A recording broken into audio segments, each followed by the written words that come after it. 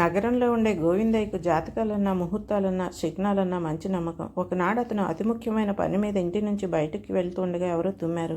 గోవిందయ్య ఆ తుమ్మిన వాడిని తిట్టుకుంటూ తిరిగి ఇంట్లోకి పోతూ పొరిగింటి పరమేశ్వర శాస్త్రి ఎక్కడికో వెళ్తుండటం గమనించి ఆశ్చర్యపోయి ఆయన ఎంత చిన్న పనికైనా ముహూర్తం చూసుకునే ప్రారంభిస్తాడు. ప్రయాణాలు అలాగే చేస్తాడు.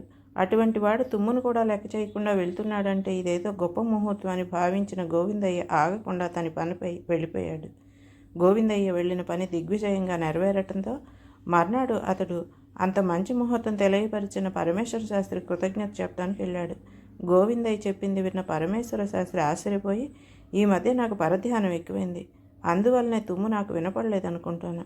అయినా ఆ సమయంలో నేను బయలుదేరింది ముఖ్యమైన పని మీద కాదు, గోడ పక్కన అదే పనిగా మరుగుతున్న కుక్కను తరిమేందుకు. రాహుకాలంలో ముఖ్యమైన పనిపై బయలుదేరటానికి నేను వెర్రివాడినా ఏంటన్నాడు. గోవిందయ్యకు నోట మాట రాలేదు.